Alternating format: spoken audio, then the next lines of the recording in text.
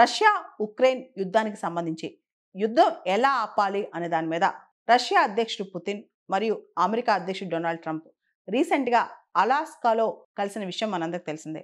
ఈరోజు ఉక్రెయిన్ అధ్యక్షుడు Zelensky Donald ట్రంప్ను కలవడానికి అమెరికా వెళ్లారు. ఆయనతో పాటు యూరోప్లో ఉన్న ముఖ్యమైన లీడర్స్ ఎవరైతే ఉన్నారో వాళ్ళు కూడా లైవ్లో ఈ మీటింగ్లో ఏదైతే రష్యా ఉక్రెయిన్ మధ్య జరుగుతున్న యుద్ధాన్ని ఆపాలి అనే దాని మీద ఉక్రెయిన్ అధ్యక్షుడు ఏదైతే చర్చించబోతున్నారో డొనాల్డ్ ట్రంప్తో ఆ విషయంలో యూరోపియన్ లీడర్స్ కూడా లైవ్లో అటెండ్ కానున్నారంట.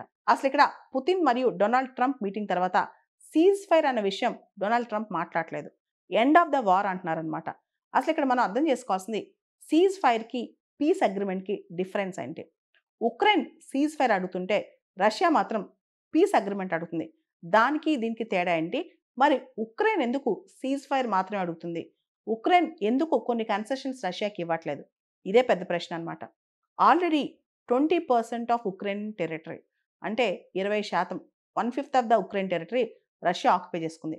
ఏదైతే ఉక్రెయిన్లో తూర్పు భాగం ఈస్టర్న్ టెరిటరీస్ ఉన్నాయో అవన్నీ కూడా రష్యా ఆల్రెడీ ఆక్యుపై చేసింది. డొనెట్స్క్ కావచ్చు, లుహాన్స్క్ కావచ్చు, కెర్సన్ కావచ్చు, ఈ మొత్తం డాన్బాస్ రీజన్ అంటాం కొన్ని ప్రాంతాలని, ఆ రీజన్ ఇదంతా కూడా ఉక్రెయిన్లోని ఈ ప్రాంతాన్ని రష్యా ఆల్రెడీ ఆక్యుపై చేసింది.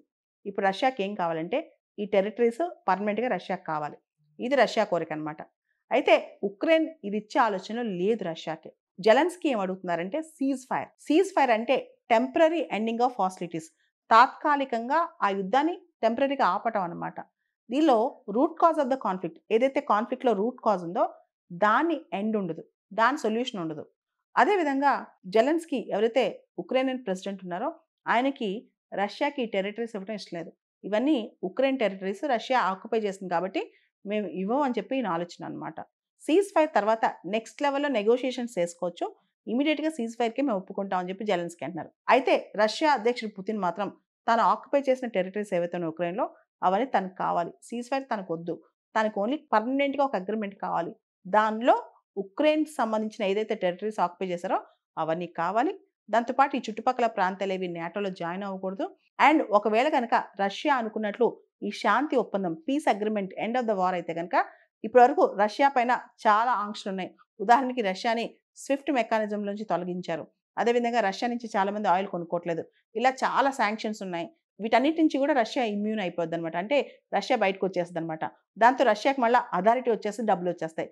మనం గమనిస్తే డొనాల్డ్ ట్రంప్ అండ్ పుతిన్ ఇద్దరు మీటింగ్లో వాళ్ళ బోన్హామీ, వాళ్ళ ఫ్రెండ్షిప్ చూస్తే మనకేం అర్థమవుతుంది? ఇద్దరు కూడా ట్రాన్సాక్షనలిజం చూపిస్తున్నారు అనమాట. అంటే మాకేం వస్తాయి, మాకేం మేలు జరుగుద్ది, మా దేశానికి ఏది ఇంట్రెస్ట్ అంతే ఆలోచిస్తున్నారు. ప్రపంచ ప్రయోజనాల గురించి వాళ్ళు ఆలోచించట్లా, వాళ్ళ దేశం యొక్క ఇంట్రెస్ట్ గురించే వాళ్ళు ఆలోచిస్తున్నారనమాట. సో ఇక్కడ గ్రేట్ పవర్ రైవలరీ అంటాం, అంటే పెద్ద పెద్ద పవర్స్ కొట్టుకోవటం.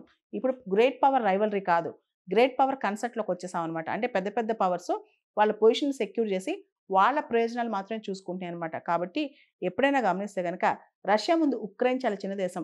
అమెరికా అధ్యక్షుడికి రష్యా కావాలి కానీ ఉక్రెయిన్ అవసరం లేదు. ఇవన్నీ కూడా డొనాల్డ్ ట్రంప్ కంటి తుడుపు చర్యలని చెప్పుకోవచ్చు. అంటే ఉక్రెయిన్ జస్ట్ నేను మీకోసం ఎఫర్ట్ పెట్టాను, మీరు ఇంకా సీజ్ ఫైర్ పక్కన పెట్టేసి వార్ని ఎండ్ చేసేసేయండి, ఏదైతే పుతిన్ చెప్తున్నాడో ఆ మాట వినండి అని చెప్పి ఇండైరెక్ట్గా డొనాల్డ్ ట్రంప్ జెలెన్స్కీకి చెప్పబోతున్నాడు ఈరోజు.